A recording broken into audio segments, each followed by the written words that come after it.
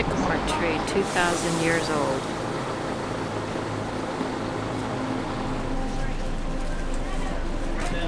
This is the wall going around Bethlehem.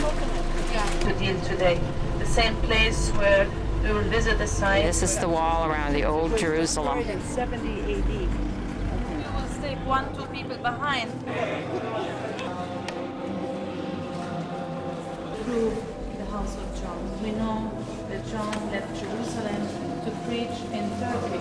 They're going the wrong way out. He found the leader.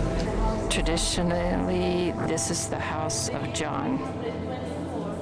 When Helena was from the first pilgrims who came and found a certain community praying, carrying little Mary. You remember in the Orthodox Church that we visited in Nazareth, the icon said always Mary carrying little Jesus, like the mosaic. Holy Spirit after Jesus' death. This is the site of the upper room, the place where Jesus instituted the Eucharist and where he gave the apostles the priesthood. It's also the place where he appeared to his apostles after he had risen from the dead and during the descent of the Holy Spirit. This was not the original room, though. It was destroyed by Muslims and rebuilt by the Crusaders. Now the Muslims own it, but they allow the Catholics to have Mass here said twice during the year during Easter.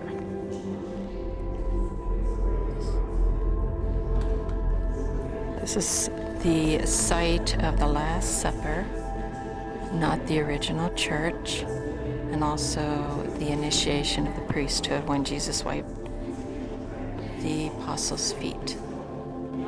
Not owned by Christians, because underneath it is a Jewish synagogue. So, site of Pentecost behind the hills. If you look on the east, you see the wall over there? That's the continuation wall of what we saw in the morning in Bethlehem. It goes all around from Bethlehem between these Ten Commandments and to the right side of the high This is the Mount of Olives. So that is to be Jerusalem from time of King David. So if David buried in his city, his tomb should be under these houses. So down is the city, and where Al-Aqsa Mosque, up there was the Temple Mount. So David brought the Ark of the Covenant to the highest place in Jerusalem. Down is the city, up is the temple. But when the city became larger, so they extended the city to the west and to the north. East is the Kidron Valley, south is the Jena Valley. They could not do it. So then the Temple Mount was not anymore in the highest spot above the house of Caiaphas. So more we go down, so we go actually to the original rock, like here, cistern. So the house was actually here on this level. But the house doesn't exist anymore. But what we have underneath the ground level exists. We don't know really where Jesus spent the last night before he was crucified. But this could be one option. The other option is in the pit, the dungeon over there. Here is the dungeon where Jesus most likely spent the last night of his life before the crucifixion. He was arrested in the Garden of Gethsemane and brought here after being tried, and most likely spent his last night here. It's built under the house of Caiaphas. This was one possible place that Jesus spent his last night before the crucifixion, in the basement of Caiaphas' house. It was used also as a stable.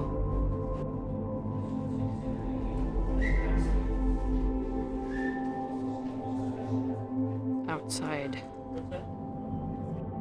These are the stairs that Jesus and his apostles used often to get to the Garden of Gethsemane.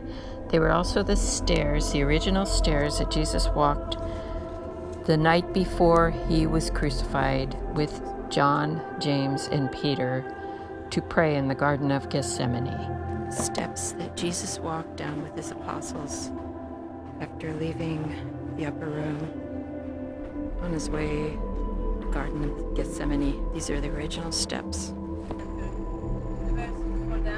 Bethlehem. We were excited to visit the shepherd's field, which was right across from Bethlehem. We could see Bethlehem from the shepherd's field.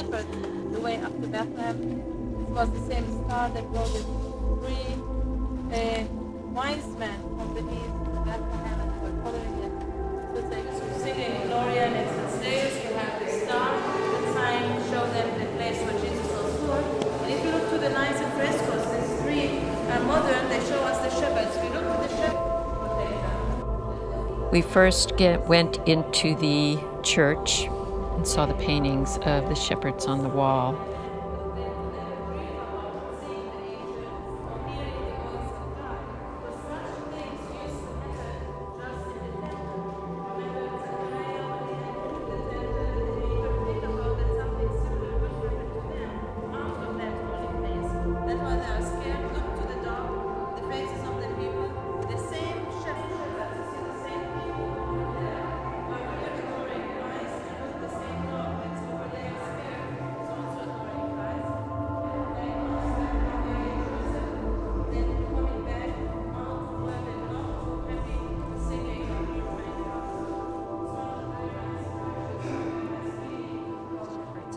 And then we got to go right into the field where the caves were. One of the caves were probably the one the shepherds actually used.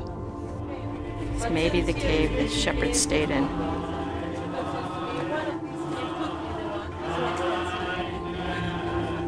This is Bethlehem. Our next stop was to visit Bethlehem. We walked through the streets of Bethlehem and came to Manger Square. This is a Catholic church over next to the Orthodox church. The Orthodox is built over the site of Jesus' birth, and underneath is the first monastery of Saint Jerome is here. It's the Orthodox Church and the Catholic Church. Catholic Church is called St. Catherine.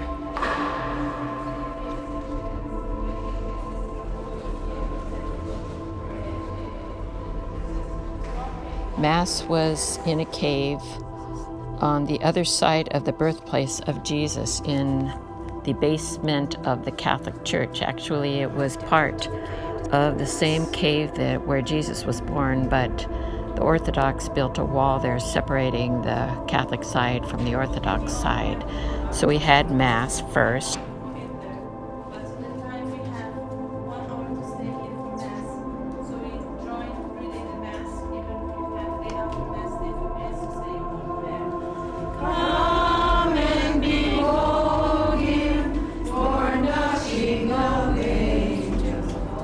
And saw the tomb of Saint Jerome, who put the Bible together in Greek.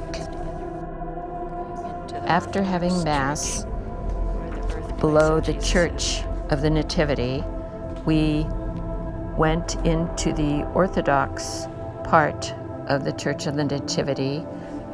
They had a small entrance we had to bend down.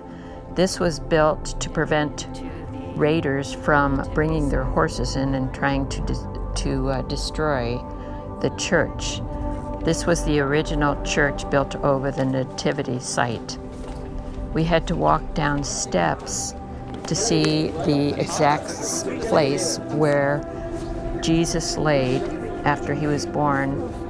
There's a nativity star on stone to mark that spot, and then right across it was the stone manger. Now the stone manger is taken care of by the Franciscans of the Holy Land there.